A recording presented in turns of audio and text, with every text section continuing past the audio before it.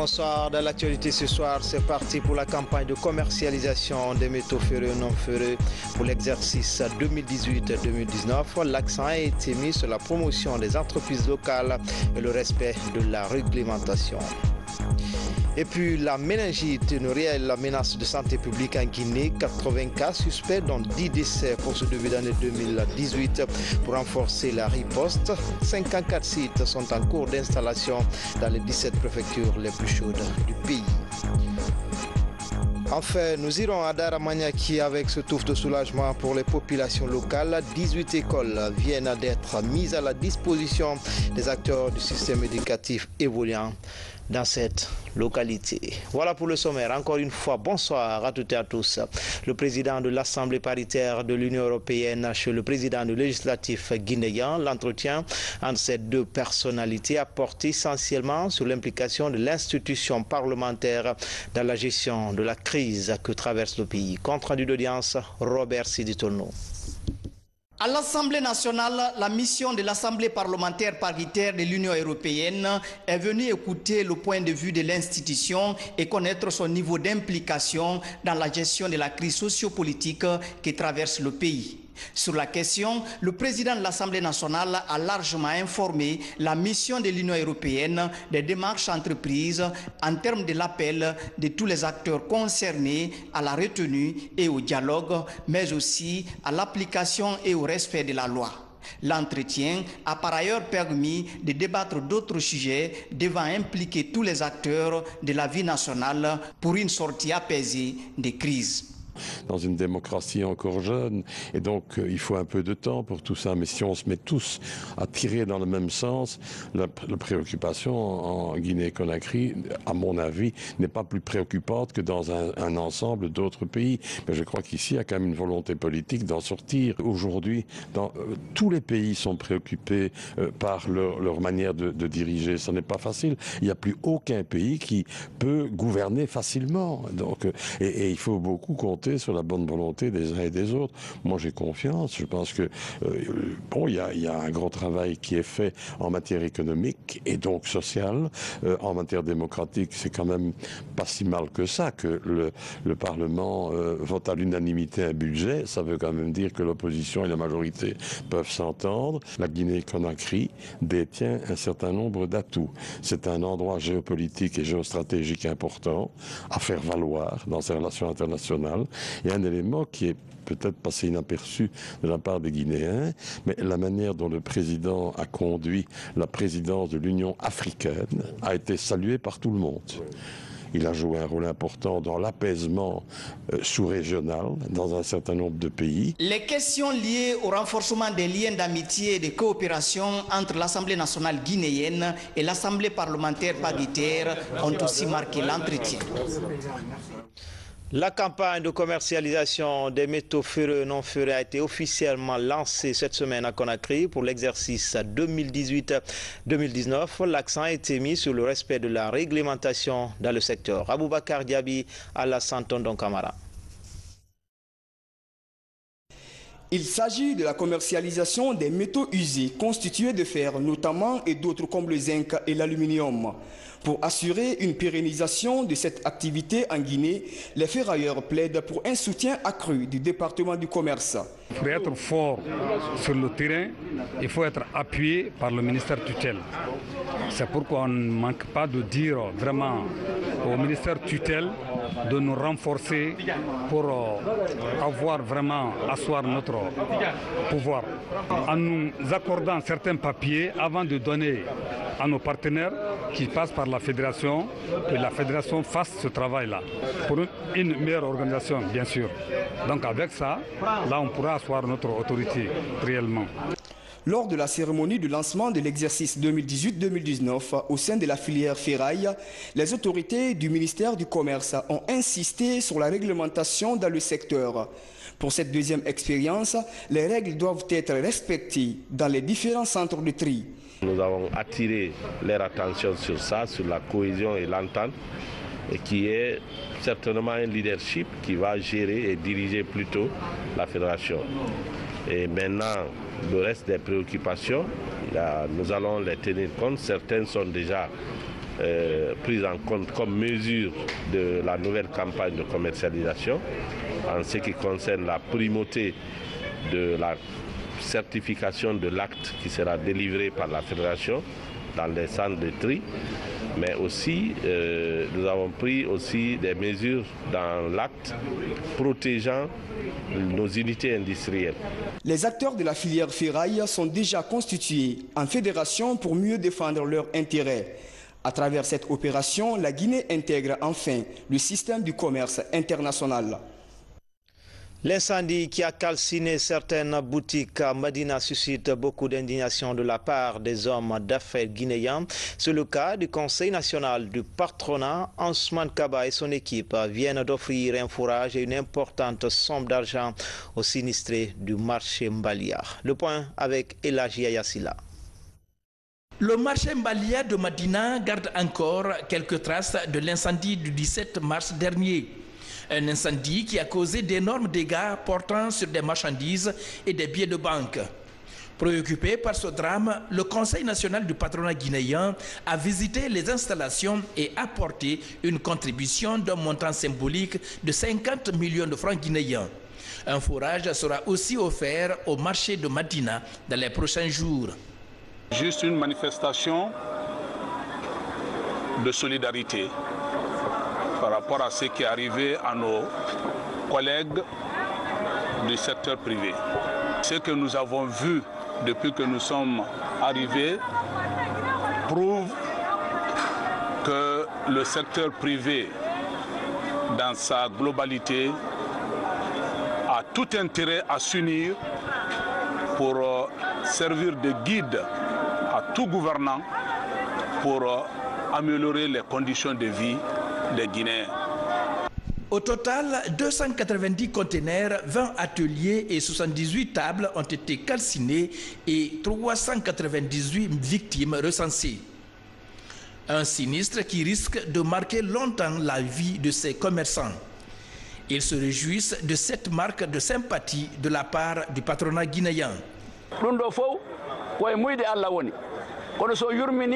Ce qui est arrivé est l'œuvre de Dieu. Mais ce qui nous réjouit est le fait de venir jusqu'ici pour nous voir et nous offrir quelque chose. Cela nous a beaucoup soulagés. Le Conseil national du patronat guinéen est une plateforme des opérateurs économiques de Guinée. Il œuvre pour un développement économique harmonieux de la Guinée. Plus de 100 agents formés de nouveau pour la sécurité et la fluidité au niveau du port autonome de Conakry disposent désormais des outils nécessaires pour le contrôle des personnes et de leurs biens selon les normes de sécurité internationale. Lancé Kamisoko, Abdoulaye Diallo. Lancée le 19 mars passé, cette formation porte sur la fluidité, la sécurité et sûreté du port autonome de Conakry. Au total, 100 agents issus de la direction des opérations maritimes, de la sécurité et de la sûreté, de la direction commerciale et exploitation, de la gendarmerie du port et des autres services de sécurité évoluant au port ont bénéficié de cette formation. Ces exercices permettent de former davantage les différents corps du port et surtout le personnel du port à comment lutter contre des invasions terroristes. Un exercice pratique d'intervention sur un cas suspect a été mené. Avec cette démonstration, les autorités de la direction des ressources humaines et de la marine marchande sont convaincus de la protection totale des personnes et de leurs biens. Plus un port est fréquenté, plus il est compétitif. Donc pour qu'il soit compétitif, le facteur essentiel c'est la sûreté et la sécurité. Il faut que les personnes qui y fréquentent soient sûres que les mesures de sécurité et de sûreté sont mises en place. Donc ça favorise sa fréquentation pour compétir avec les autres ports de la sous-région, voire du monde. Dans le cadre de la politique de modernisation du port autonome de Conakry prônée par le président de la République, la directrice générale a demandé à ce que, prioritairement, le personnel soit à la hauteur des défis qui sont posés au port autonome de Conakry. Aujourd'hui, nous pouvons dire que nous avons un personnel outillé pour la sécurité et la sûreté, mais aussi et surtout pour faire face aux différentes menaces auxquelles la sous-région est confrontée. Ce renforcement de capacité d'intervention est l'un des volets du code ISPS, un code qui a vu jour aux États-Unis en 2011. Il s'agit des normes internationales de la sécurité et de la sûreté des ports.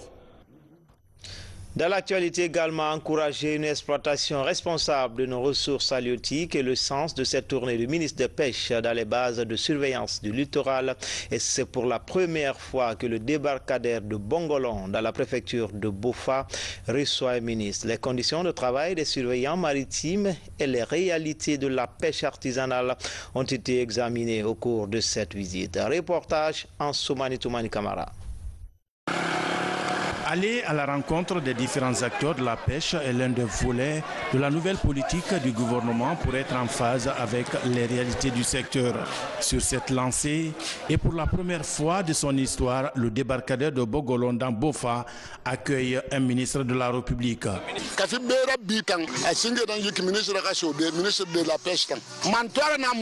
Notre difficulté majeure est l'enclavement du débarcadère de Bongolon.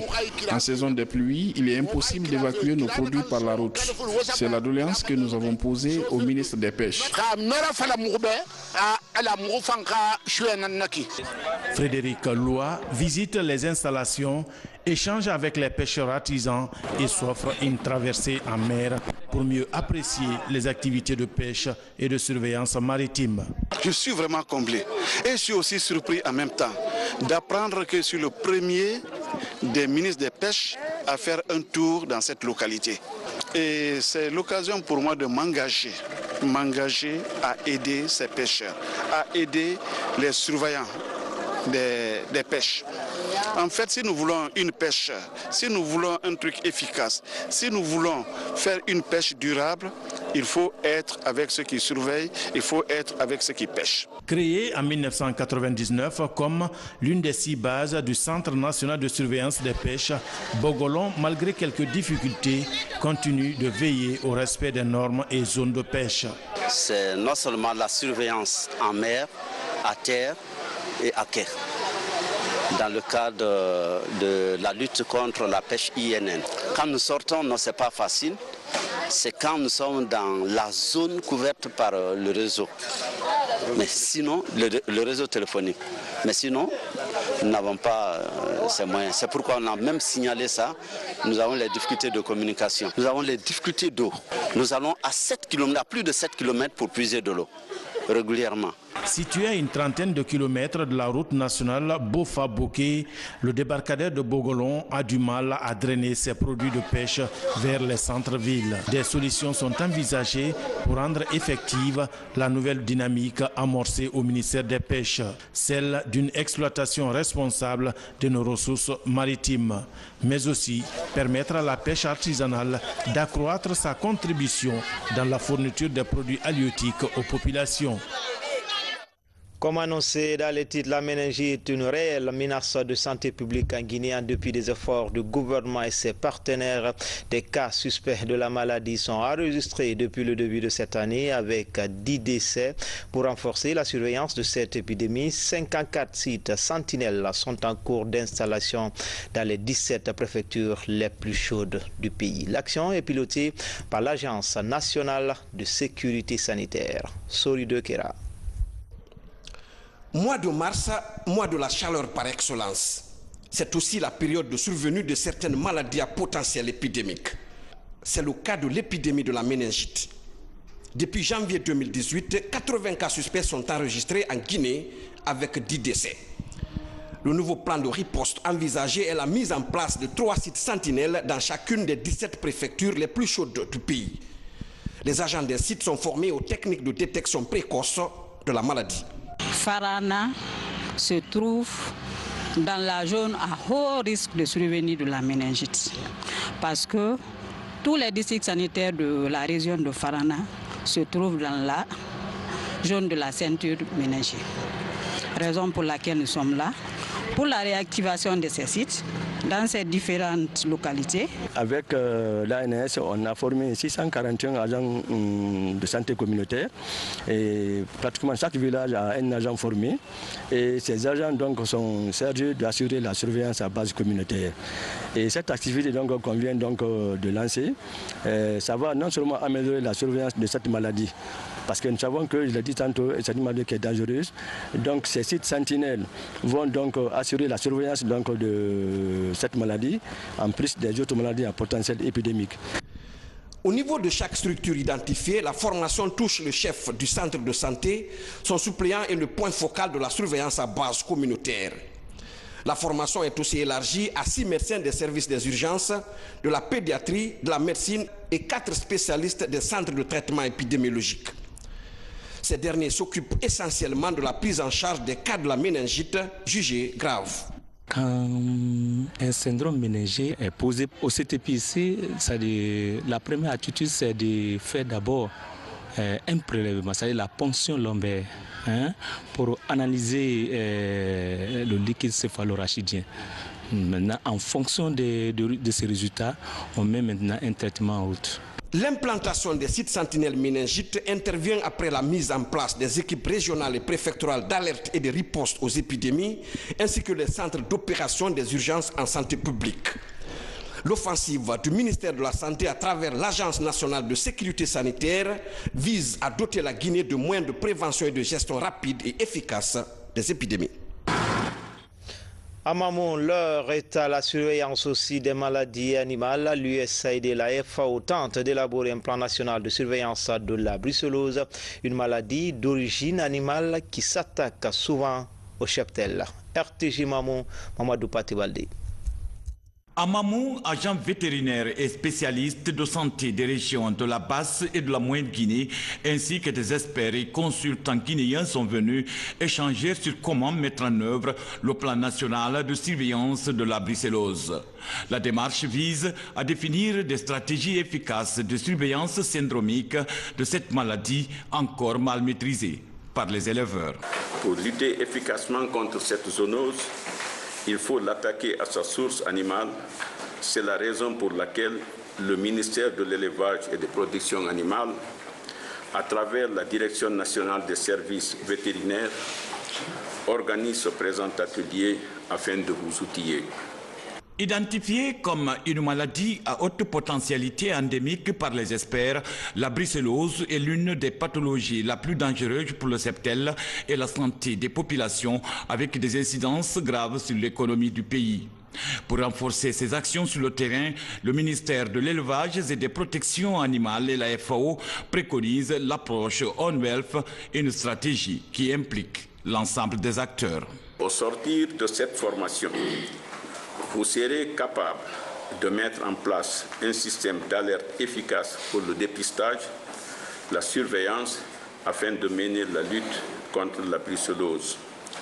Je vous demande donc d'accorder une attention particulière à cette formation afin de la restituer au niveau des différents chefs de poste de vos préfectures respectives.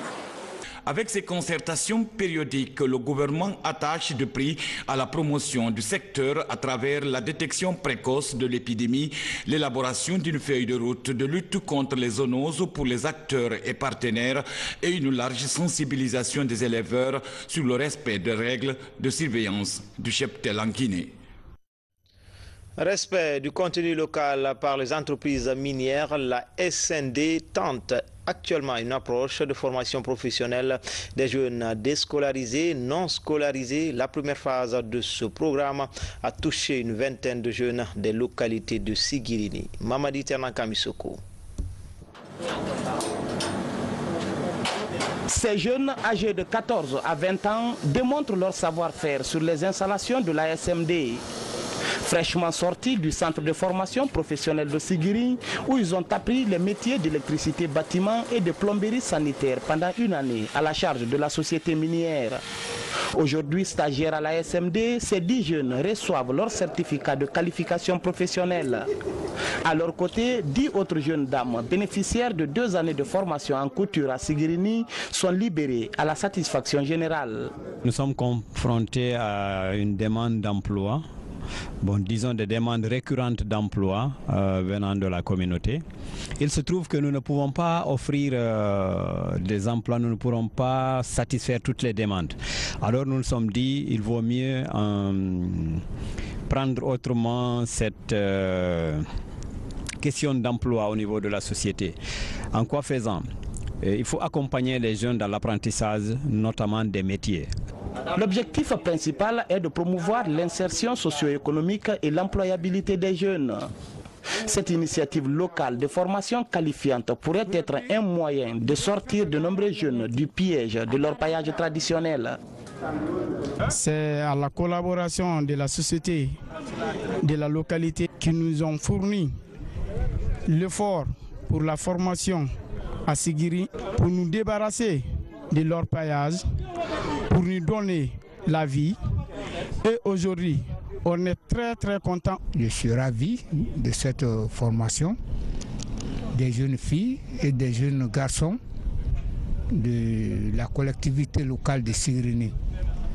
Donner un métier à un jeune, c'est vraiment l'insérer dans le processus social normal. Ces 20 jeunes sont les premiers bénéficiaires de ce programme pilote de la société minière de Dinguiraï. Un engagement social qui obéit à la nouvelle politique minière du gouvernement guinéen obligeant les entreprises minières au respect du contenu local. The aim is to work in harmony, peace and trust with our communities. Les objectifs ici, c'est les bonnes relations de paix, de développement, surtout dans le cadre de la santé, de l'éducation et de la formation professionnelle. Donc la bonne relation doit être profitable des deux côtés. Ces séries de formations traduisent le bon rapport de cohabitation pacifique entre la SMD et les localités voisines. Des infrastructures scolaires pour la localité de Daramaniaki dans Télémélé. Au total, 18 écoles sont mises à la disposition des populations. C'est dans le cadre du programme Éducation des jeunes. C'est le fruit d'une synergie entre le gouvernement guinéen et l'UNICEF. Moussa Bangoura. La sous-préfecture de Daramaniaki dans la préfecture de Télémélé bénéficie de nouvelles infrastructures scolaires. Il s'agit de 18 établissements scolaires dont la construction a été réalisée dans la période 2012-2017. L'initiative est du gouvernement guinéen en partenariat avec l'UNICEF. Elle s'inscrit dans le cadre du projet d'accélération de l'éducation des jeunes filles en Guinée. C'est le lieu et le moment de féliciter et de remercier très humblement le président de la République, le professeur Alpha Condé, le secrétaire général de l'éducation nationale et de l'alphabétisation et les partenaires techniques et financiers pour d'une part avoir accepté l'idée du projet PAEF et pour tous les accompagnements réalisés d'autre part qui ont eu à produire des résultats significatifs pour les communautés dans le cadre de la scolarisation, du maintien et de la réussite de la jeune fille. 24 654 élèves, dont 11 509 filles et 258 écoles de 9 sous-préfectures sous-scolarisées sont dotées en fournitures et matériel didactique. Des innovations à base communautaire en vue de favoriser la scolarisation et le maintien des filles à travers l'appui des ADC, des SPE ont été mises en œuvre. Selon des enquêtes réalisées par l'UNICEF, la ville de Télémélé avait l'un des plus faibles taux de scolarisation. À ce jour, plus de 10 000 filles sont inscrites à l'école. Un chiffre que les partenaires comptent doubler. Je saisis l'occasion pour encourager les différents acteurs ici présents à entretenir, à maintenir soigneusement ces infrastructures, à faciliter le séjour et le travail des enseignants et encadreurs, à travers notamment l'appui moral et matériel dont ils auront besoin dans l'exercice de leurs fonctions. Avec ces constructions qui auront pour mission de booster la scolarisation et après au moins 5 années d'expérimentation, les résultats qui ont été constatés en 2017 Ce sont des résultats très concluants qui confortent les gens dans l'espoir. En plus des établissements scolaires, 18 forages et des centres d'encadrement sont aussi offerts à la localité. Toute une satisfaction pour la population bénéficiaire. Un nouveau centre de formation en études avancées vient de voir le jour en Guinée, logé dans l'enceinte de l'université Nongo-Conakry. Ce centre est spécialisé dans la formation des ingénieurs et administrateurs évoluant dans les domaines des techniques d'information et de la communication. Daouda Tabansila pour plus de détails. À l'image des étudiants d'Afrique et du monde, l'étudiant guinéen doit être opérationnel dès la fin de ses études universitaires. C'est pourquoi le ministère de l'Enseignement supérieur et de la Recherche scientifique soutient les universités publiques et privées dans leur effort de promotion d'un enseignement de qualité. Que nous encourageons, de la part des universités, qu'elles soient privées ou publiques, intégrer les technologies de l'information et de la communication dans l'enseignement. Donc ce que l'université UNC vient de nous montrer est très encourageant. Ils ont notre soutien et nous encourageons aussi les autres universités à aller dans ce sens parce qu'il vaut mieux professionnaliser les filières pour que les étudiants à la sortie de leur cycle universitaire soient immédiatement opérationnels ou en tout cas trouvent immédiatement du travail qui correspond à leur qualification. Ce centre de formation en études avancées et certifié qui s'ouvre à l'université Nongo-Conakry UNC ouvre une étude large allant des concepts de base aux réseaux les plus complexes. Une gamme de programmes de formation et de tests informatiques pour répondre aux besoins des professionnels de l'informatique. Aux étudiants, une fois formés et certifiés ici, de venir directement être employables. Un cursus de certification CCNA, par exemple, donne un équivalent d'1 an d'expérience à un enfant. Simplement. Et s'il fait un cursus CCNP, qui est un niveau supérieur, il peut réclamer 3 ans d'expérience dans le domaine des TIC. Donc c'est un atout indéniable qu'il devrait avoir et ça prend pratiquement 1 an à 2 ans pour pouvoir avoir le cursus complet. Développer une compréhension globale du fonctionnement des réseaux, des protocoles et services en mettant l'accent sur les enseignements pratiques et les compétences professionnelles essentielles. Ceci constitue l'objectif de ce programme Cisco, une aubaine pour les apprenants. Moi, par exemple, je suis juriste. Si je dois travailler dans un bureau, je n'ai plus besoin de faire recours au travail. Donc, maintenancier, donc technicien, je peux moi-même assembler les composants de mon ordinateur, voir s'il y a une panne et faire le travail. La formation au centre Cisco s'adresse aux ingénieurs et administrateurs, aux gestionnaires, aux ingénieurs systèmes, aux concepteurs IT et à tout apprenant ayant des formations basiques en informatique. Et puis le lavage de véhicules à haute pression, le service est désormais disponible dans certaines stations de la capitale, dénommée Total Watch. La cérémonie de lancement de ce service de lavage de véhicules a eu lieu ce samedi à Saint-Fil. C'est quoi Total Watch et quels sont ses avantages? Des éléments de réponse dans ce publi-reportage de Maïmouna Bella Diallo. La concurrence dans le secteur des hydrocarbures entre les stations-service du pays fait du bien à la clientèle. C'est le cas de la station-service Total de Saint-Fil-PTT qui vient de lancer un nouveau service pour les clients dénommé Total Wash. Le lavage haute pression, c'est une nouvelle technique de lavage innovante qui s'effectue en 4 étapes. La première étape en fait consiste à utiliser l'eau chaude savonneuse. Elle permet d'éliminer toutes les salissures. Ensuite, la seconde étape, elle permet d'utiliser la brosse à mousse savonneuse. À partir de cette brosse à mousse, on peut nettoyer les parties les plus sales.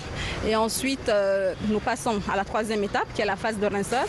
Pour la phase de rinçage, en fait, on utilise toujours la lance haute pression. Elle injecte en fait de l'eau froide. Et pour terminer, nous avons la 4e étape. La 4e étape, c'est l'option de cirage, c'est-à-dire on cire le véhicule. L'avantage de cirer, d'utiliser la cire de Lotus, c'est que non seulement elle fait briller la voiture, mais aussi elle protège la carrosserie et la peinture de la voiture. Alors les avantages de Total Wash, comme je l'expliquais tantôt, c'est avoir un temps de lavage déjà assez réduit, comme vous l'avez constaté, de 10 à 14 minutes pour le client. Ça, c'est le premier avantage. Le second avantage pour le client, c'est des produits qui sont utilisés, adaptés à tout type de véhicule.